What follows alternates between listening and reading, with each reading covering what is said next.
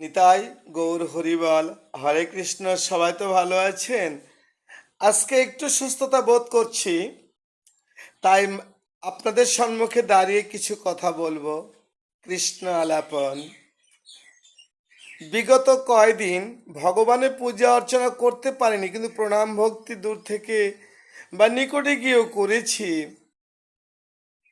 আজ গোবিন্দের সম্মুখে বসে পূজা অর্চনা করে প্রসাদে নিয়ে মালা সুসম্পন্ন করে আপনাদের মাঝে কিছু কৃষ্ণ আলাপন করবার জন্য মাঝে দাঁড়িয়েছি।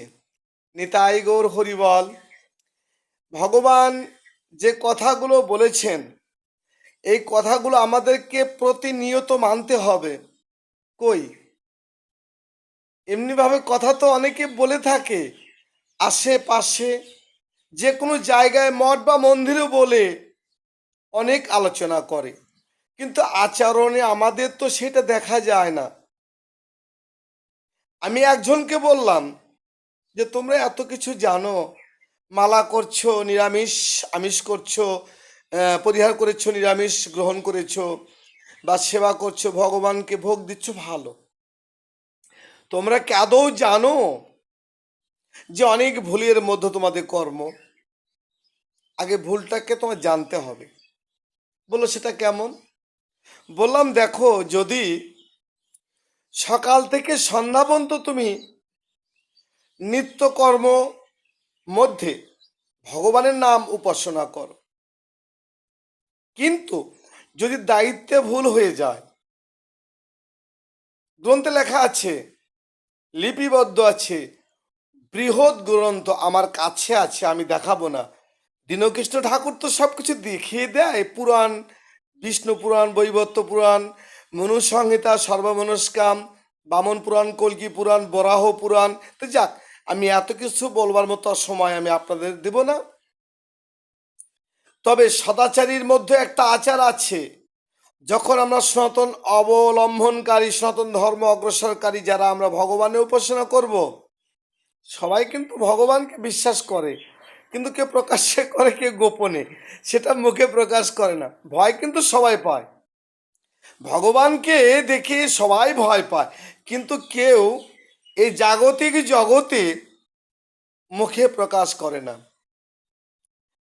যারা ভগবানকে আমরা ভালোবাসি, পূজা অর্চনা করি, আমি তাদের প্রতি দৃষ্টি রেখে বলছি।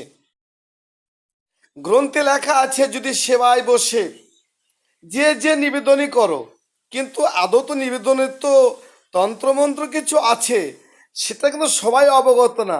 আচ্ছা, যারা না জানো, অন্য হাতে নিয়ে গোবিন্দকে স্মরণ করে প্রণাম করে বদনে দিবে।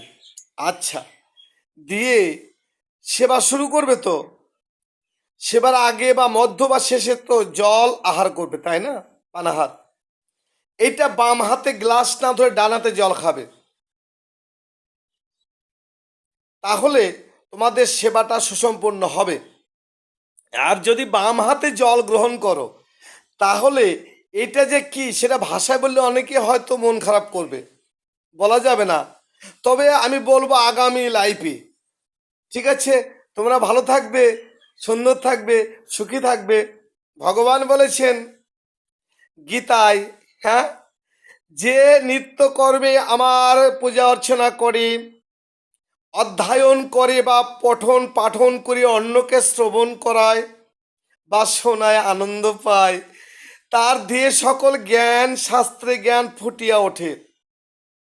তাই গীতা এমন একটা জিনিস, এটা আমরা সহজে তো মূল্যায়ন করছি না, কিন্তু যারা মূল্যায়ন করে তারা জানে গীতার মধ্যে কি আছে। গীতা যে ভগবান স্বরূপ, সার বস্তু। তুমি যত কিছু অর্থ সম্পদ বিষয় বাসনা এটা আবরিয়ে রাখো, যদি সেখানে ঘুন পোকা ধরে, রুই পোকা আবরণ করে, ময়লা জমে যায়, সে টাকার উপরে কি হয় জানো? ভোক্সা পড়ে যায়, মানে পাউডার পড়ে যায়, যে আঠা হয়, টাকা গোনা যায় না। তদরূপ নিত্য কর্মটা যদি প্রতিদিন তোমরা সাজা গোজা বা নারণচারণ বা আলাপন না করো, তাহলে তোমাদের কিন্তু ঠিক গতিটা তাই হবে। তাহলে ভেবে দেখো, হরে কৃষ্ণ, আর বলবো না। নিতাই গৌর হরিবল। সকল অপরাধ মার জন্য, ভালো থাকবে। নিতাই গৌর হরিবল।